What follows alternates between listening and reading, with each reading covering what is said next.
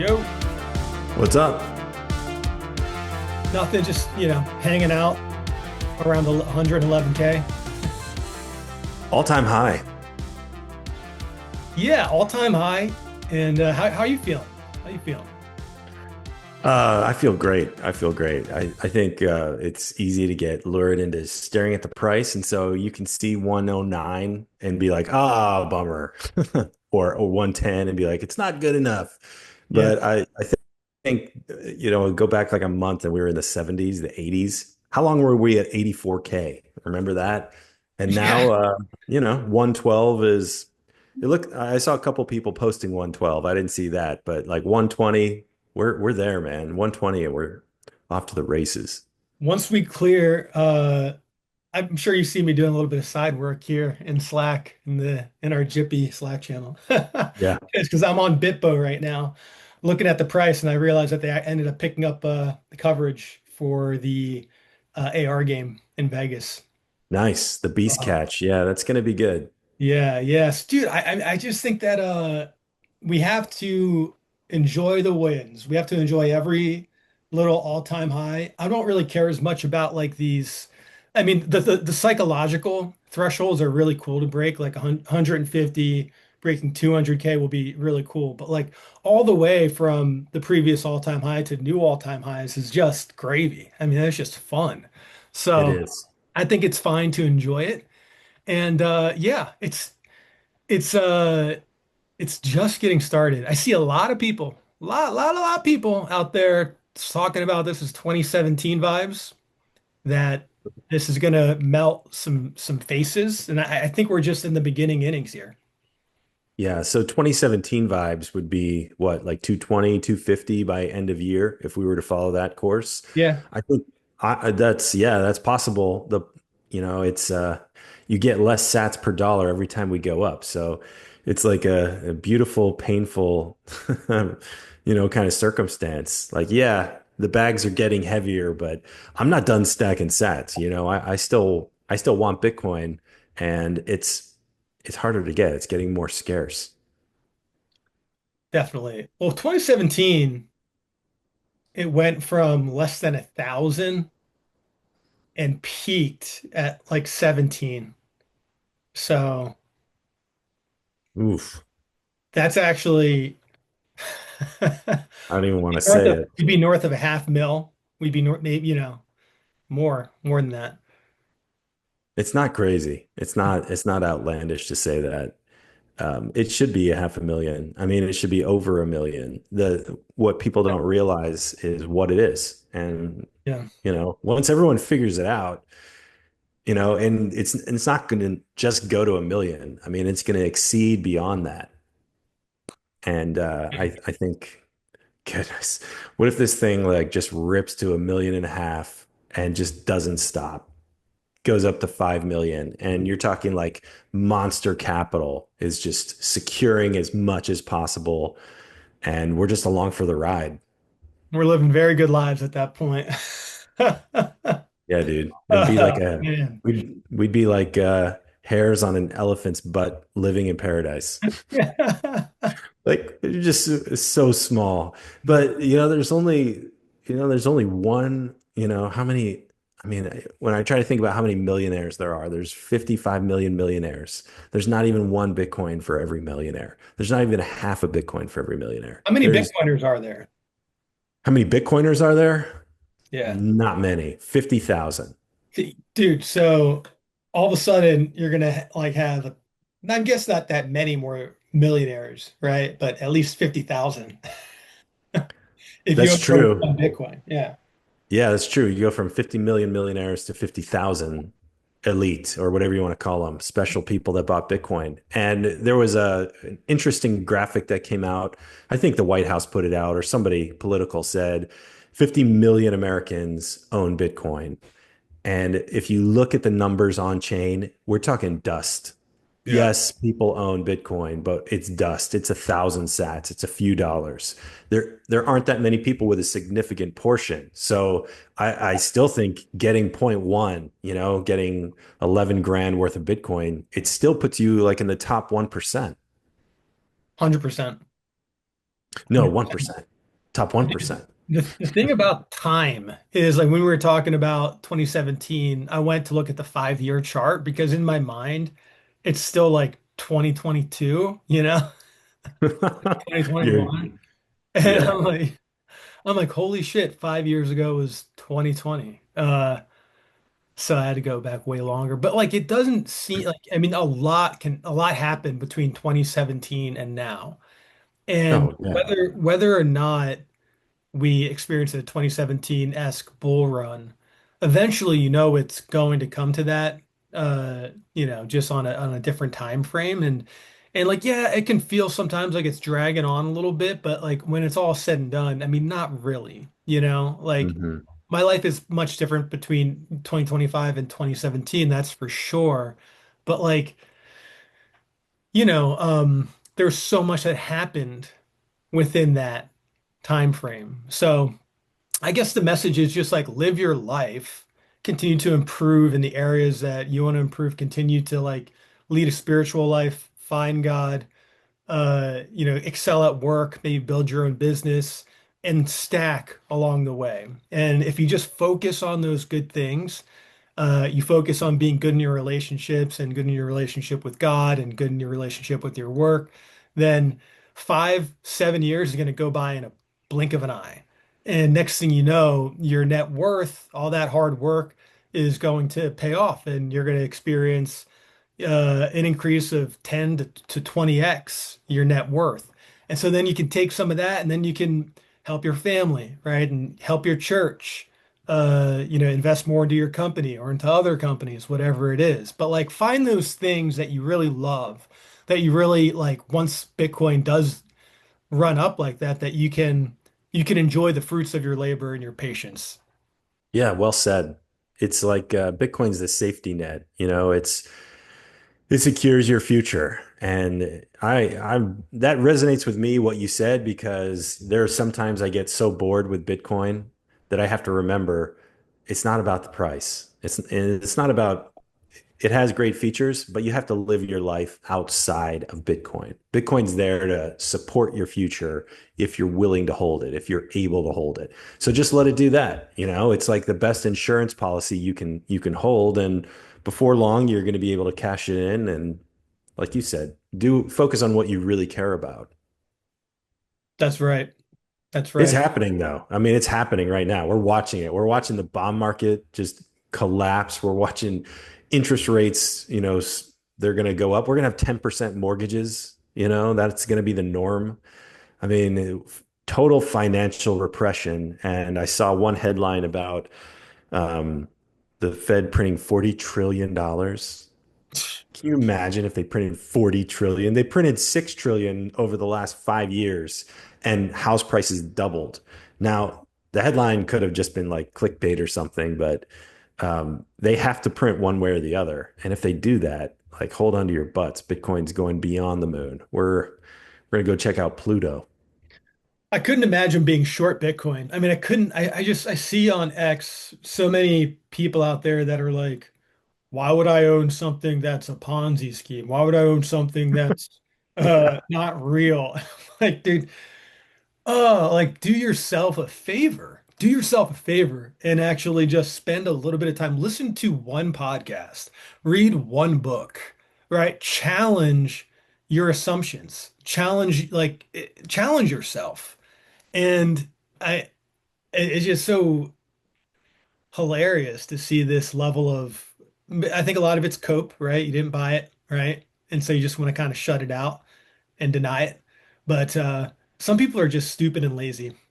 Yeah, when you say cope, I have like a tiny bit of MicroStrategy, not much. And as Bitcoin's been running up, MicroStrategy has been completely underperforming where you think it should be, in the 450, 500 a share, it's at 399 today. And there are a lot of people who are looking at these Bitcoin treasury companies. Metaplanet was another one, and just a stratospheric rise over the last few days as all these short sellers are just, taking shorts against Metaplanet, and there aren't any shares to purchase. The stock just keeps getting halted. And Mhm. so I was watching it a couple of days ago, and it went from like $4 to $11 to 15, and thought, wow, I really missed the boat on that. But today, right now, it's $9. It's retraced 40% today. Yeah. Yeah. Today, which is like just an awesome rug pull. Not, I'm being mean. It's great that they're adding Bitcoin to the balance sheet, but Well, it just reminds me Bitcoin's the thing, you know. Bitcoin is Bitcoin you hold in self custody on cold storage. Bitcoin's permissionless. Everything else is requires someone else to say, yeah, you can buy it or whatever. 100%, man. That's why we're here. I want to own the thing that these treasury companies are trying to own. Right. I I have no, mean, I have no interest yeah, I mean, I don't have any strategy. I don't have any macro planet. What is it again? Michael Planet, Michael Planet. Uh, uh, and I do have GameStop though. I don't know why I did it. I because bought you're a dreamer. I bought GameStop at the top. Oh, yeah, Just like a little bit, right? And sure. I think I did it because I mean I could like I loved the whole story of GameStop. I liked the whole movement, and I always felt like if they got behind Bitcoin, right? And if you combined Bitcoin with GameStop, and then you had like that whole movement of folks that were like, fuck the system, then that could be something really fun and special, you know? And but you know, when I watched that movie about GameStop, I'm like, dude, if you all just decided to buy Bitcoin and self-custody, they would have been able to close you out from Robinhood or manipulate the markets or do any of the things Right. they've done, right? It's censorship resistant and completely permissionless. But here you are in GameStop, which is has been stopped, right? Like they just controlled it. And so, but the coming together of the two seemed pretty fun. I was like, yeah, why not? I'll just throw a little bit in there and see what we got going on. And I've almost recouped my initial investment, and it's There been you go. What are been you going to do once you're back to zero? just hold. I mean, hold it, just keep it there. Hold it. Yeah. Okay. Yeah. It's great. I mean, sometimes you get so bored with the price action that you're like, I'm going to buy some strategy. I'm going to buy some Meta Planet. I'm going to buy some whatever, similar scientific. And I think you're right. Those fine. Do whatever you want with your money. I know that I did some of those things because it was greedy. Yeah, Um, and I think at the end of the day, I just want to have Bitcoin, so I'm gonna pick the right time and I'm gonna rotate out of whatever strategy I have left and just it's all gonna go into Bitcoin. it's funny how We're our inner we're talking shitcoiner. launch. Yeah, it's funny how our inner shitcoiner always finds a way to weasel up to the front. It's Like, oh, you could 10x your I know, dude. investment and then rotate that into Bitcoin. Yeah, I Like, just need to yeah, tell that yeah, voice to shut I up. could do that, you know, I could. Yeah, yeah, That's what I was thinking with GameStop. I mean, to be honest, and so, but then it's like you catch yourself and you're like, well, it didn't work out that way, and man, yeah, better to just buy like 5K in Bitcoin or yeah, whatever. definitely. Yeah, I wouldn't be sorry. I haven't regretted anything that I've purchased in Bitcoin. That's I've right. only made money at this point. So it's been good.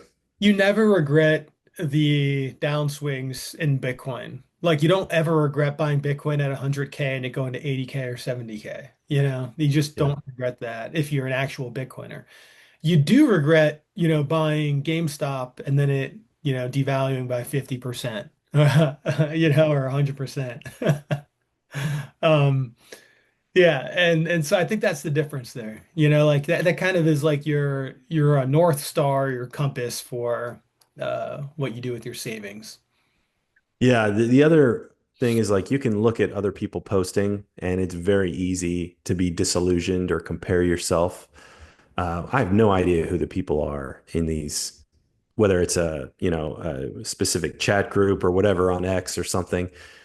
It's uh, it's tough once you start doing that. And I got to remind myself, just to look around, look at who I am, what I've been able to do, and be satisfied, be content.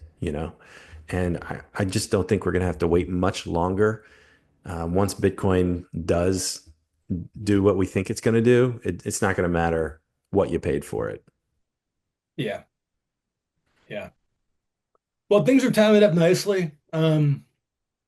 Next week should be pretty fun. Should be pretty chaotic, but really looking forward to it, you know. It'll be nice Yeah, to it'll just have some beers with fellow plebs, make some connections with Bitcoin companies, maybe record a few podcasts or something. Just see where the wind blows. yeah, I think that'll be good. I'm definitely looking forward to it. Getting people to stack sats with us is going to be fun. Um, and yeah, just kind of change the scenery. So it'll definitely be good. What do you say? Should we buy some Bitcoin? Let's do it. All right, sweet. These are going to be the most expensive sats I've ever bought. Yeah, they are. I'm going to do $21 Yeah. I think probably when we stack in Vegas, we'll do it for like $5. $5 a pop. just because we'll be doing it so much. Yeah, because we'll do it so much. 20 times a day. All right, man. Buying it at 111,000 and 400. 111 grand for one Bitcoin. Goodness. Done. Me too. Done. Dunzo. There it Done. goes. Dunzo. Oof. 18,700 sats. Oh, that hurts, man. This today is buying Bitcoin 20, 30,000, you know. But I do remember when Bitcoin was 20, 30,000, I was buying a lot of it that I was like really envious of like not having bought more when it was below 1,000, you know. And so Oh it, yeah, and so like it totally. just these plateaus, right? And he just keeps going and eventually like we'll look back like, man, I wish I had bought more at below 150K. Oh yeah, it's just like life lessons over and over again. I mean, Bitcoin just kicks you in the nuts when it comes to life lessons. Yeah, It just teaches you to appreciate what you have right now. Don't take anything for granted.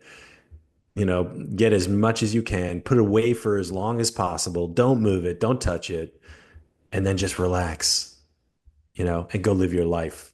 Like it's everything it teaches you is counterintuitive to the way that we want to behave. that's right.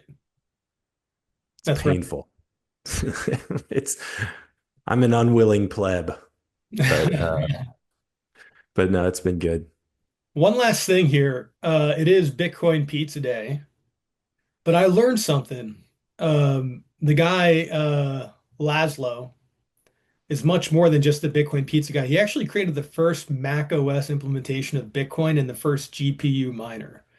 Oh, I I didn't know that. just found that out 6 hours ago when Marty Bent posted about it. I had no idea. I thought it was just a guy that spent money on 10,000 Bitcoin, I think it was. Yeah, Yeah. 10,000 Bitcoin.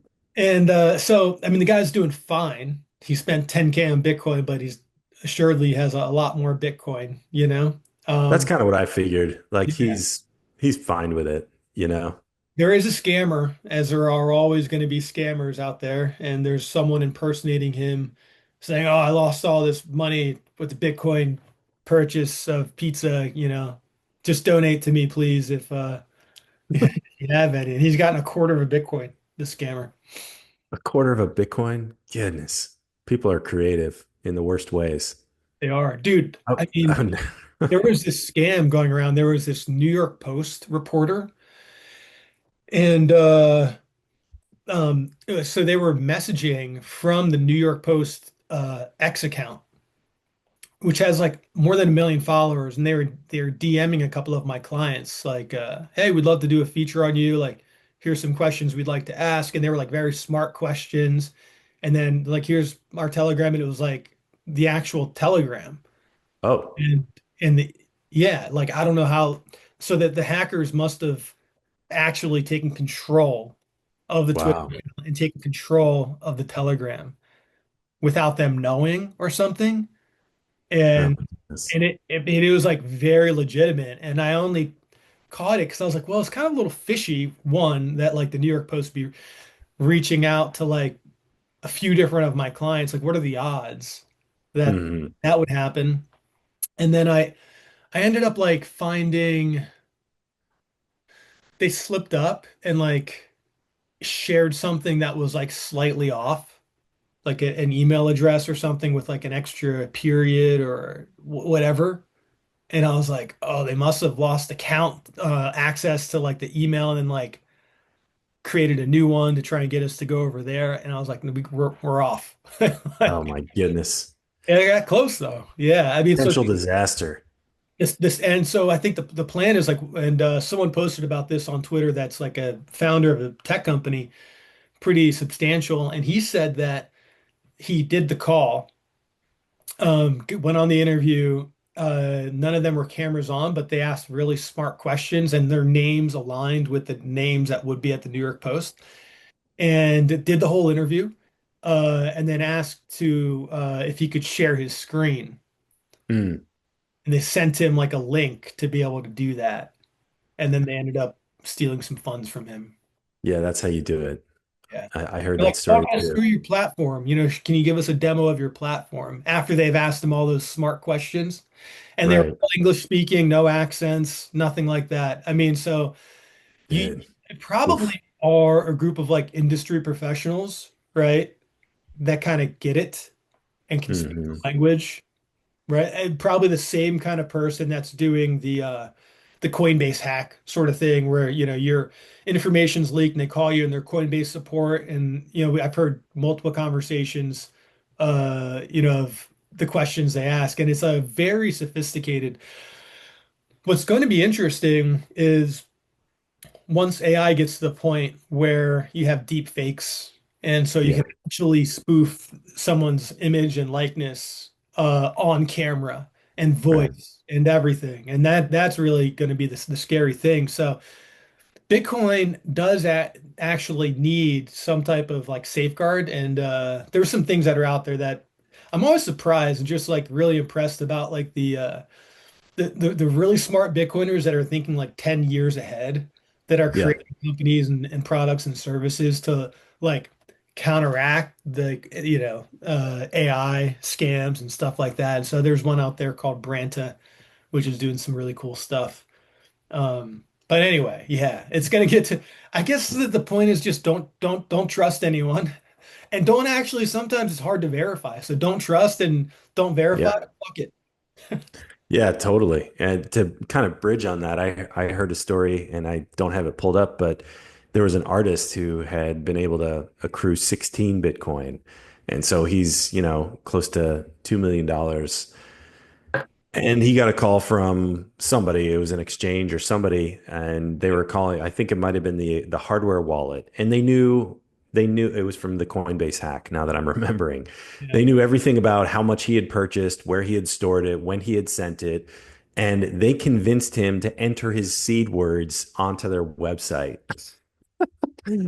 Dude types in his seed words, and I think a week later, his wallet was drained, and it's just like, dude, he was 65, so Poor maybe young, guy, man. maybe young people, but dude, not cool. I mean, I don't know if Coinbase will cover that. They said they were going to spend 400 million to make people whole.